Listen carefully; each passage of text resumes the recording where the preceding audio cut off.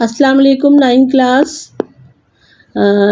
Class کے کچھ بچوں نے جو مجھ سے پوچھا تھا کہ مس ہمارے تو مطلب سلیبس کم تھا ہمارا، آپ زیادہ پڑھا رہی ہیں، تو بیٹا بورڈ کے جو ہے نا نوٹس آتے رہتے ہیں، وہ ان کے جو ہیں آرڈر جو ہوتے ہیں وہ بدلتے رہتے ہیں ان کے۔ اب جو ہے ان کا نوٹس یہ ہے کہ ہم MCQs کے بیس پر بھی لے سکتے ہیں، اور آپ کے جو یہ کاپی اور ہوم ورک ہے اس پہ تقریباً 40 سے 50 مارکس ہم دیں گے۔ تو لہٰذا آپ اپنی کاپیوں کو بالکل تیار رکھیے گا، کام ویسے کیجیے گا جیسے کہ میں آپ کو دے رہی ہوں، اور رائٹنگ اچھی ہونی چاہیے، ہیڈنگس اچھی ہونی چاہیے۔ جتنا اچھا ہوگا ظاہر ہے اتنے اچھے نمبر ملیں گے آپ کو، اور اچھا ہے کہ آپ کا اچھا سا گریڈ بن جائے، ٹھیک ہے۔ اچھا، آج میں آپ کو سبق نمبر 6 پڑھاؤں گی، صبر و شکر اور ہماری انفرادی اور اجتماعی زندگی۔ تو 9 کلاس سے میں یہ کہہ رہی ہوں، یہ ان کا جو ہے ان کا بھی 6واں سبق ہے یہ، اور وہ بھی اسی طرح کام کریں جس طرح کے دوسری کلاس کی کر رہے ہیں۔ گرلز اینڈ بوائز دونوں کو کہہ رہی ہوں میں کام بہت اچھا کریں۔ 9 کلاس آپ کو کہہ رہی ہوں میں بار بار، کبھی آپ پھر یہ سوچیں کہ پتہ نہیں یہ ہمارا ہے یا نہیں ہے، لہٰذا میری ویڈیو کو پورا سنا کریں اور پھر اس کے بعد کام کیا کریں، ٹھیک ہے۔ اچھا، اب ہم دیکھتے ہیں صبر و شکر ہماری انفرادی اور اجتماعی زندگی، پیج نمبر 115 صبر و شکر اور ہماری انفرادی اور اجتماعی زندگی۔ سب سے پہلے تو آپ کو میں یہ بتا دوں کہ صبر و شکر کا جو لفظ ہے یہ مسلمان کی زندگی میں سب سے پہلے جو ہے یہ ایک اہم کردار بہت ادا کرتا ہے، یہ صبر و شکر۔ اور جب سے انسان پیدا ہوتا ہے صبر و شکر اس کے ساتھ لگ جاتا ہے۔ بہت سی جگہوں پہ تو ایسا ہوتا ہے کہ بچے بھی بڑے شکر گزار ہوتے ہیں، بچوں کے، میں نے بچے بھی دیکھے ہیں ایسے جو کہ بڑے اللہ تعالیٰ کا شکر ادا کرتے ہوتے ہیں، کیونکہ ان کی تربیت ایسی کی جاتی ہے، وہ اپنے گھر میں دیکھتے ہیں کہ ایک بہت اچھی مناسب زندگی گزاری جا رہی ہوتی ہے، لیکن اس کے باوجود بھی اپنے نفس کو اپنے قابو میں رکھنا ہی، مطلب میرے خیال سے صبر و شکر والے وہی ہوتے ہیں جو اپنے نفس کو اپنے قابو میں رکھتے ہیں، ان کی خواہشات بے شمار نہیں ہوتی، وہ اللہ تعالیٰ کی دی ہوئی نعمتوں کا شکر کرتے ہیں اور اس پر صبر کرتے ہیں اور اسی میں گزارا کرتے ہیں، اور اسی میں انہیں خوشی نصیب ہوتی ہے، کیونکہ اللہ تعالیٰ صبر و شکر والوں کو سکون نصیب کرتا ہے، اور سکون جو ہے وہ آج کل کی دنیا سے جا چکا ہے بالکل، کیونکہ لوگوں کے اندر صبر و شکر بالکل ختم ہو گیا ہے، اور اسی وجہ سے ہم لوگ جو ہیں وہ اتنی بے سکونی کا اور اتنے ٹینشن کا شکار ہیں۔ پہلے لوگ جو ایک ساتھ رہتے تھے، بڑے بڑے خاندان تھے جو کہ ایک ساتھ رہتے تھے اور ایک دوسرے کو برداشت کرتے تھے، ان کی چھوٹے بچوں کی شرارتوں کو برداشت کرتے تھے، ایک دوسرے کے رشتوں کا لحاظ کرتے تھے، وہ خاندان بڑے برکت والے بہت ہی اچھے ہوا کرتے تھے۔ لیکن آج کل کیا ہوتا ہے، چھوٹی چھوٹی باتوں پر لڑائی جھگڑے شروع ہو جاتے ہیں اور ایک دوسرے کو برداشت نہیں کر پاتے، اس لیے اللہ تعالیٰ جو ہے وہ خیر و برکت نہیں ڈالتا اس کے اندر، اور یہ جو ہے سب بے سکونی کی زندگی اور ٹینشن کی زندگی گزار رہے ہیں۔ جو بھی آج کل بیماریاں لوگوں کو ہو رہی ہیں، بچوں کو بھی ہو رہی ہیں، چھوٹے چھوٹے بچوں کو، وہ سب جو ٹینشن سے ہو رہی ہیں، ٹینشن بہت زیادہ آج کل بچوں میں۔ اچھا بھائی، اب میں پڑھوں گی۔ اچھا بھائی، اب ہم سبق پڑھیں گے۔ صبر و شکر ایک مسلمان کے ایسے اوصاف ہیں جو ایمان کامل ہونے کی دلیل کرتے ہیں۔ ایمان کامل یعنی کہ ہمارا ایمان مکمل ہے کہ جو اللہ تعالیٰ ہمیں دے رہا ہے، ہمارے نصیب میں، ہماری تقدیر میں اتنا ہی لکھا ہوا ہے، اور جتنا ہمارے نصیب میں لکھا ہے اس سے زیادہ ہمیں نہیں مل سکتا، چاہے ہم جتنی بھی کوشش کر رہے ہیں۔ اور اللہ تعالیٰ جس وقت جو بہتر سمجھتا ہے وہ ایک مسلمان کو عطا فرما دیتا ہے، کیونکہ وہ ہم سے زیادہ جانتا ہے، اور وہ ہمیں 70 ماؤں سے بھی زیادہ پیار کرتا ہے، ٹھیک ہے۔ اس کے ذریعے انسان رنج و راحت اور خوشحالی اور تنگ دستی میں ایسا طرز عمل اختیار کرتا ہے جو ایمان کے مطابق ہوتا ہے۔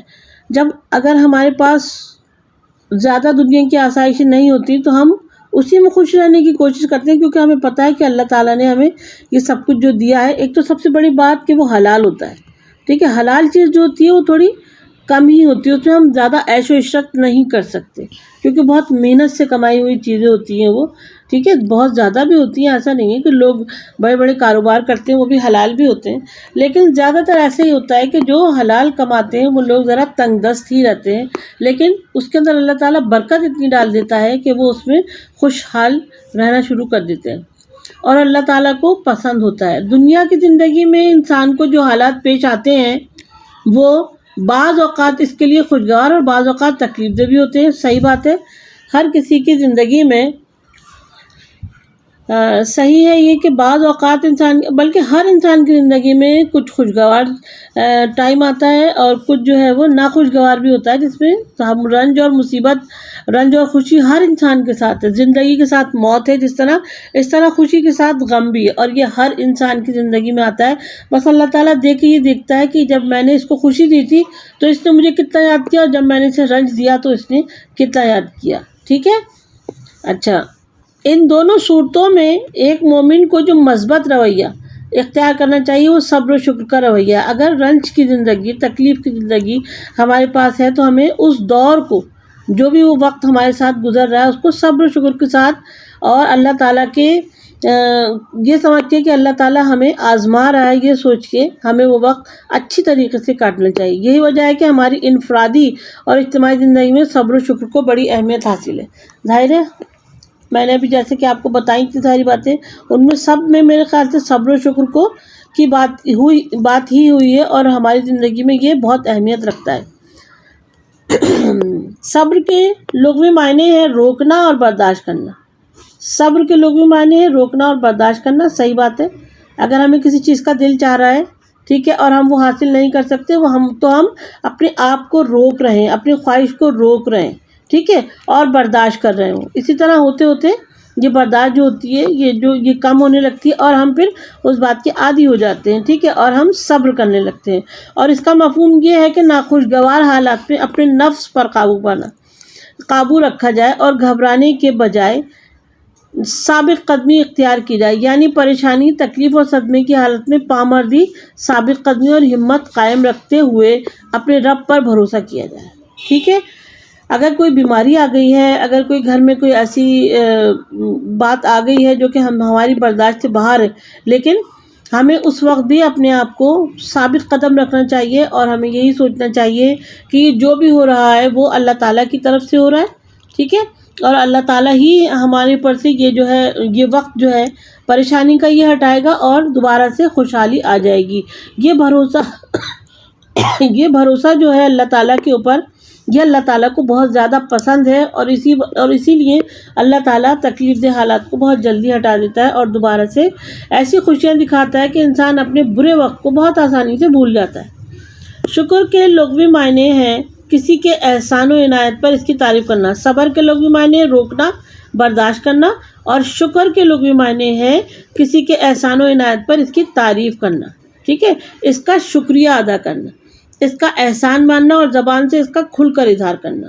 صحیح بات ہے. شکر، اگر کوئی ہمارے پر احسان کرے گا، ہمیں کسی ایسے وقت میں جب ہمیں بہت زیادہ ضرورت ہو اور وہ ہماری وہ ضرورت پوری کر دے جو کوئی نہ کر رہا ہو، تو ہم اس کے احسان مند ہوں گے، اور اس کی تعریف بھی کریں گے، اور اس کا احسان بھی مانیں گے، اور ساتھ میں اللہ کا بھی شکر ادا کریں گے. اللہ تعالیٰ تو نے دنیا میں ایسے بندے بھیجے ہیں جو ہماری بات کو سمجھتے ہیں اور ہم پر احسان کرتے ہیں اور ہماری مدد کرتے ہیں. ٹھیک ہے. اس کا کھل کر اظہار کریں. ان عنایات و احسان کے اعتراف کے حوالے اللہ کی ذات سب سے زیادہ شکر کی مستحق ہے. بالکل صحیح ہے. اللہ تعالیٰ نے ہمیں بے شمار نعمتیں دی ہیں، بے شمار. سانس لینے سے لے کر اور موت تک ہم اللہ تعالیٰ کی نعمتوں سے بچے ہوئے نہیں ہوتے. ہر طریقے کی نعمت ہمیں اللہ تعالیٰ دیتا ہے. ہم اللہ تعالیٰ کا شکر کس طرح ادا کریں گے؟ ہم کر ہی نہیں سکتے اگر دیکھا جائے تو، کیونکہ ہم تو 5 وقت نماز بھی اس طرح نہیں پڑھتے. ہم اپنے کاموں میں اتنے مگن رہتے ہیں بہت زیادہ کہ ہم نماز کے لیے اتنا کم وقت نکالتے ہیں، دوسرے کاموں کے لیے ہم بہت زیادہ وقت نکالتے ہیں. لیکن اس کے باوجود بھی اللہ تعالیٰ دیتا رہتا ہے، ہمیں دیتا رہتا ہے، اور اپنی نعمتوں کو ہم سے روکتا نہیں ہے. جس کا مطلب یہ ہے کہ اللہ کی تعریف کی جائے، اس کی عنایت کا اعتراف کیا جائے، اس کے احسانات پر سجدہ شکر بجا لایا جائے. شکر کرنے کے 3 طریقے ہوتے ہیں. زبان سے کلمات تشکر ادا کرنا، یعنی کہ اللہ تعالیٰ کا شکر ادا کرنا. دل میں اللہ تعالیٰ کی عظمت اور اپنی اطاعت و بندگی کا احساس پیدا کرنا. یہ جذبہ اور یہ احساس ہمیں اپنے دل میں پیدا کرنا چاہیے کہ اللہ تعالیٰ اپنی نعمتیں ہمیں دینے والا ہے، اور ہم مانگنے والے ہیں، اور ہم اللہ تعالیٰ کے محتاج ہیں. اپنے عمل سے اللہ کے احکام کی بجاوری اور اپنے آپ کو اللہ کے سپرد کر دینا، یعنی کہ 5 وقت کی نماز اور جو اللہ تعالیٰ نے حکم دیے ہیں ان کی پیروی کرنا، اور یہ سوچنا ہے کہ اللہ ہی نے ہمیں زندگی دی ہے اور اللہ ہی ہمیں موت دے گا۔ قرآن کریم میں شکر کے متعلق بہت تاکید کی گئی ہے، اور فراخی و فراوانی انہی لوگوں کا مقدر قرار دی گئی ہے جو شکر گزاری کا مظاہرہ کرتے ہیں۔ یعنی کہ پریشانی میں بھی یہ کہنا کہ بس اللہ کا شکر ہے، اللہ نے جیسا رکھا صحیح رکھا، ٹھیک ہے۔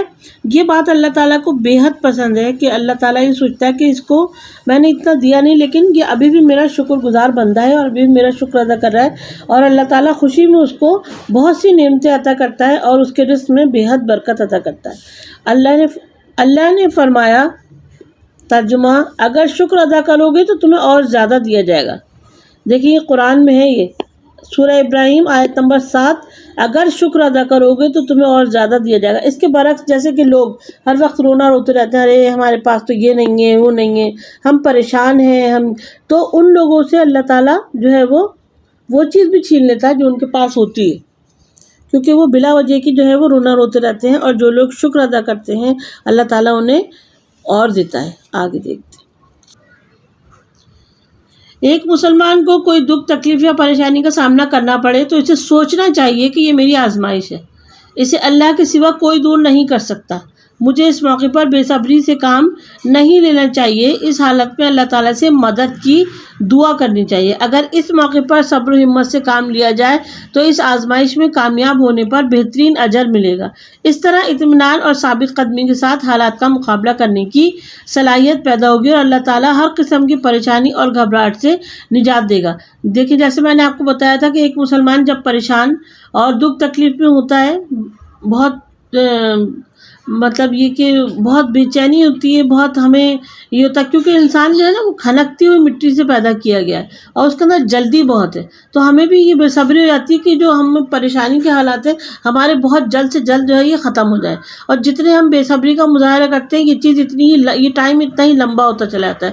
اگر ہم بے صبری کا مظاہرہ نہ کریں، صبر سے ہم اس وقت کو کاٹیں تو اللہ تعالیٰ بھی ہماری مدد کرے گا، اور سب سے بڑی بات کہ ہمیں اس کا بہترین اجر ملے گا، ثواب ملے گا ہمیں، ٹھیک ہے۔ بعض لوگ ہوتے ہیں کہ باباؤں کے پاس جانے لگتے ہیں، اگر گھر میں کوئی بیمار پڑ گیا یا کوئی پریشانی، وہ لوگ سمجھتے ہیں کہ شاید یہ سب انسانوں کے ہاتھ میں ہے، لیکن انسانوں کے ہاتھ میں کچھ بھی نہیں ہوتا۔ اچھا کرنے والا، برا کرنے والا، ہمیں خوش رکھنے والا، ہمیں غم دینے والا، وہ سب چیز جو ہے وہ اللہ تعالیٰ کے ہاتھ میں ہے، اور ہمیں اسی سے لو لگانی چاہیے۔ مسلمانوں کی اجتماعی زندگی میں بھی صبر کی مفید نتائج سامنے آتے ہیں۔ قوموں پر جب کوئی مصیبت یا برا وقت آ جائے تو اس کا مقابلہ صرف ہمت اور صبر ہی سے کیا جا سکتا ہے۔ دیکھیں اس کی مثال آج کل کے جو حالات چل رہے ہیں اس سے زیادہ اچھی مثال نہیں مل سکتی، اور جہاں برے کام ہوتے ہیں ہمارے ملک میں، وہاں اچھے بھی بہت سارے کام ہوتے ہیں۔ دیکھیے اجتماعی طور پر لوگوں نے اس بیماری کا، اس جراثیم کا بہت اچھا مقابلہ کیا ہے۔ پچھلے 5 مہینے میں بہت سے ایسے گھر تھے جہاں پہ واقعی کھانے پینے کے لیے کچھ نہیں تھا، ان کے پاس مطلب کچھ کھانے کے لیے نہیں تھا، راشن، ان کے پاس راشن نہیں تھا، لوگوں کے پاس گھر میں پہننے کے کپڑے نہیں تھے، اور بھی بہت ساری چیزیں، تو ان سب کو بہت سے ایسے یہاں پہ گروپ بن گئے تھے کچھ، مطلب کہ وہ گھروں تک وہ راشن پہنچاتے تھے اور ان کی ضرورت کی چیزیں پہنچاتے تھے، اور ان میں کیش بھی پایا گیا ہے کہ ان کو کیش بھی دیا گیا ہے اس کے اندر، تاکہ وہ اپنی جو ضرورت وہ پوری نہیں کر پا رہا ہے وہ خود پوری کر لیں، ٹھیک ہے۔ تو یہ بھی صبر کے ساتھ ہم نے 5 مہینے کاٹ لیے۔ بہت سے لوگ تباہ و برباد بھی ہو گئے، بہت سی فیکٹریاں جو ہیں وہ بالکل ہی مطلب دیوالیہ نکل گیا، یہ بہت بڑے بڑے نقصانات بھی ہوئے، لیکن اس طرح کے کام بھی بہت ہوئے اللہ تعالیٰ والے، ٹھیک ہے، اللہ تعالیٰ کو راضی کرنے والے کام کہ لوگوں نے ایک دوسرے کا بے حد ساتھ دیا ہے۔ اگر ان حالات میں افراتفری، بدنظمی، مایوسی اور بے عملی کا مظاہرہ کیا جائے تو قومیں تباہ و برباد ہو جاتی ہیں۔ اگر اس ماحول میں جو کہ پچھلے 5 مہینے چلا اور جو کہ دوبارہ اب شروع ہو گیا ہے لاک ڈاؤن، اگر اس ماحول میں جن کے گھر کھانے کے لیے نہیں وہ اگر غصے میں باہر نکل جائیں کہ نہیں ہم تو جا رہے ہیں، ہم کچھ نہیں ہوتا، اور اگر اللہ نہ کرے انہیں وہ بیماری لگ جائے، تو آپ یوں سمجھیں کہ اس گھر کا سربراہ تو گیا، کیونکہ یہ بیماری تو ظاہر ہے جان لے کر ہی چھوڑ رہی ہے ابھی، اس گھر کا سربراہ گیا۔ اس لیے مایوسی اور بے امنی کا مظاہرہ نہ کیا جائے، بلکہ صبر سے کام لیا جائے اور اپنے گھر میں بیٹھیں، جس طرح حکومت کہہ رہی ہے اس طرح کریں، وہ گھروں پہ پہنچا رہے ہیں، اگر نہیں پہنچے تو تھوڑا بہت ایسے آپس میں لے دے کے ہو رہا ہے کام سب کا، ٹھیک ہے۔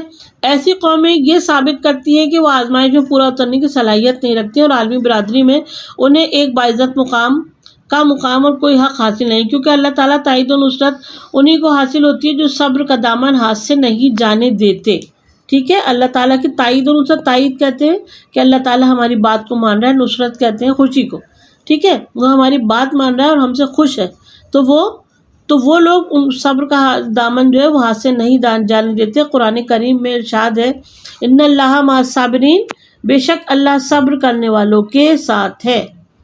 قرآن کریم میں اللہ تعالیٰ نے حضرت ایوب کو صبر کرنے کا حکم دیا، فرمایا فَالصَّبْرُ لَحُکْمُ رَبِّکَ، پس آپ اپنے رب کے حکم سے صبر کیجیے۔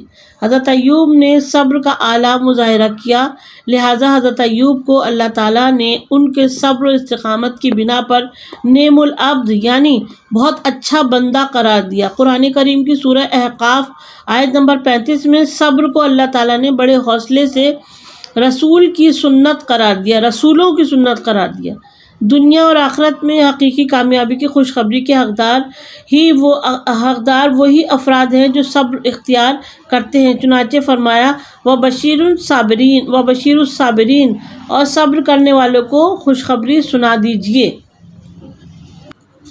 ہمیں چاہیے کہ اگر تکلیف یا مصیبت آ پڑے تو اللہ کی رضا کی خاطر صبر و استقامت کا مظاہرہ کریں اور اللہ تعالیٰ کی عطا کردہ نعمتوں کا شکر ادا کریں، اسی میں دین اور دنیا کی کامیابی ہے۔ اچھا، اب میں آپ کو بتاتی ہوں کہ حضرت ایوب نے کو ایک بیماری لگ گئی تھی جس میں پانی والے دانے ان کو کہا جاتا تھا کہ ان کے پورے جسم پر جو ہے وہ آبلے جیسے پڑ گئے تھے، جس میں صرف زبان اور صرف ان کی آنکھیں جو تھیں وہ محفوظ تھیں، باقی کوئی جسم کا حصہ محفوظ نہیں تھا۔ تو انہیں جہاں وہ رہتے تھے اس ایریے سے بہت دور ایک کمرہ بنا دیا گیا تھا جہاں پر ان کو ڈال دیا گیا تھا۔ ان کی جو بیگم تھی وہ جایا کرتی تھی اور ان کے تمام کام کر کے آ جایا کرتی تھی، ان کو بھی وہاں رہنے کا حکم نہیں تھا، ٹھیک ہے۔ ان کے سارے بچے، ساری دولت وغیرہ سب چھن گئے تھے، لیکن انہوں نے نہایت صبر سے کام لیا اور اس بیماری کو بھی بہت صبر کے ساتھ جھیلا اور اللہ تعالیٰ سے شفا کی دعا کرتے رہے، لیکن اللہ تعالیٰ سے انہوں نے کوئی بھی ایسی کوئی اس طرح کی بے صبری یا کوئی پریشانی ایسا کچھ ظاہر نہیں ہوا۔ تو اللہ تعالیٰ نے انہیں اس صبر کے بدلے میں ایک تو سب سے پہلے کہ انہیں صحت و تندرستی عطا فرمائی، اور ان کے جو بچے تھے وہ ان کے پاس واپس آ گئے تھے، اور جو دولت وغیرہ تھی وہ دوبارہ ان کو مل گئی تھی۔ یہ ان کو اس کا اجر ملا تھا، دنیا میں ہی مل گیا تھا، ٹھیک ہے، اس لیے ان کو نعم العبد کا لقب ملا تھا۔ اچھا بھائی، ادھر ہے اسلامی تعلیمات میں صبر کی ترغیب کیوں دی جاتی ہے، قرآن و سنت میں شکر گزاری کی کیا اہمیت ہے۔ یہ 2 سوال ہیں، یہ میں آپ کو جو ہے وہ اپنے پلانر میں دیتی ہوں۔ اچھا، پلانر کے علاوہ بیٹا میں آپ کو MCQs دوں گی۔ آج کہاں تک ہم نے پڑھا لیا ہے، یہاں تک کہ میں آپ کو سارے MCQs دے رہی ہوں، ٹھیک ہے، آپ اس کو اتار لیجیے گا۔ اور MCQs کیا کری بولو۔ اچھا، سبق نمبر 6 ہے یہ، صبر و شکر ہماری انفرادی اور اجتماعی زندگی، ٹھیک ہے۔ اب ہم اس کا سوال دیکھیں گے۔ سوال نمبر 1، اسلامی تعلیمات میں صبر کی ترغیب کیوں دی گئی ہے؟ سوال نمبر 1 ہے، جواب ہے زندگی کی تلخ اور سچی حقیقتوں کا مقابلہ کرنے کے لیے صبر کی دولت اور امید کی نعمت بہترین سرمایہ ہے۔ انسان اس کے سہارے بڑی بڑی مصیبتیں جھیل لیتا ہے۔ زندگی دکھ سکھ، خوشی غم، راحت و مصیبت کا نام ہے۔ صبر ایک توانائی ہے جو انسان کو سہارا دیتی ہے۔ صبر کی حقیقت ہے، کوئی ناخوشگوار واقعہ یا بات پیش آ جائے تو یا کوئی مشکل یا بیماری آ جائے تو سوچنا چاہیے کہ یہ اللہ کی مرضی سے ہوا ہے اور اللہ تعالیٰ کے ہر کام میں کوئی نہ کوئی حکمت ہوتی ہے، مثلا درجات کی بلندی، گناہوں کا مٹانا وغیرہ۔ اللہ تعالیٰ صبر کرنے والوں کے ساتھ ہے۔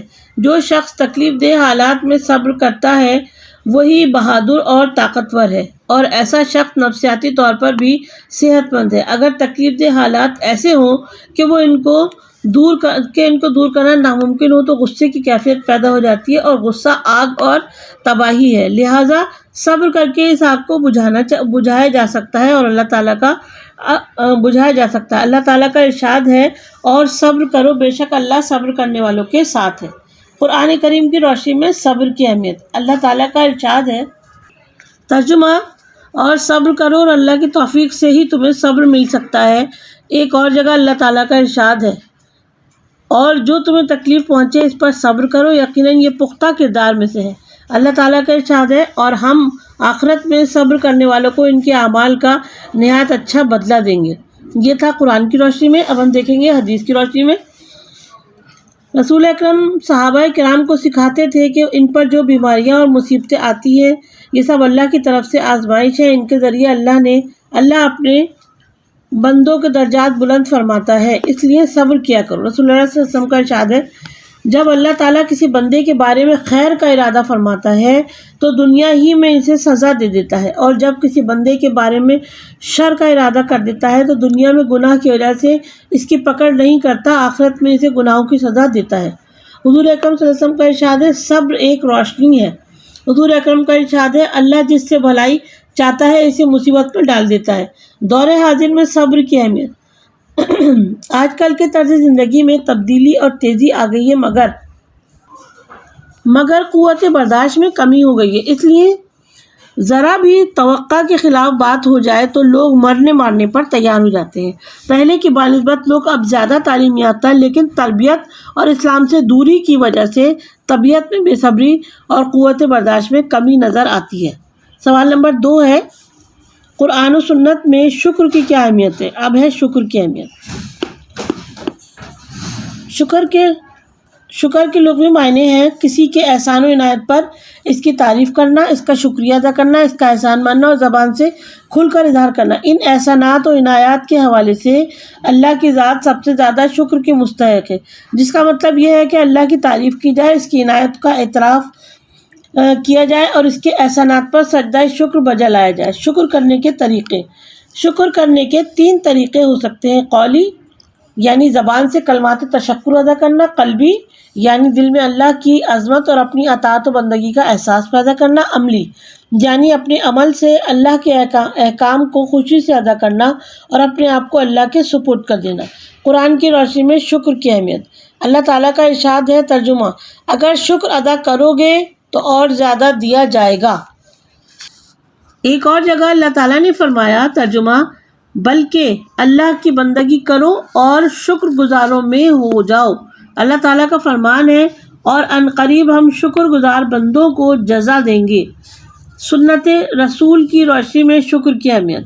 حضور اکرم صلی اللہ علیہ وسلم نے شکر کی ترغیب دیتے ہوئے ارشاد فرمایا، جو شخص کھانا کھائے اور پھر یہ کہے کہ اللہ کا شکر ہے جس نے مجھے یہ کھانا دیا بغیر میری تدبیر اور قوت کے، تو اس کے پہلے کے گناہ جو ہو چکے ہوں وہ سب معاف ہو جاتے ہیں۔ ایک اور موقع پر آپ نے فرمایا، کیا میں اللہ تعالیٰ کا شکر گزار بندہ نہ بنوں؟ شکر گزاری کی عادت اپنانی چاہیے، کیونکہ اس سے دولت، علم و عزت میں اضافہ ہوتا ہے۔ قرآن کریم میں اس کی تاکید کی گئی ہے، اور شکر ادا کرتے رہنا انبیاء کی سنت ہے۔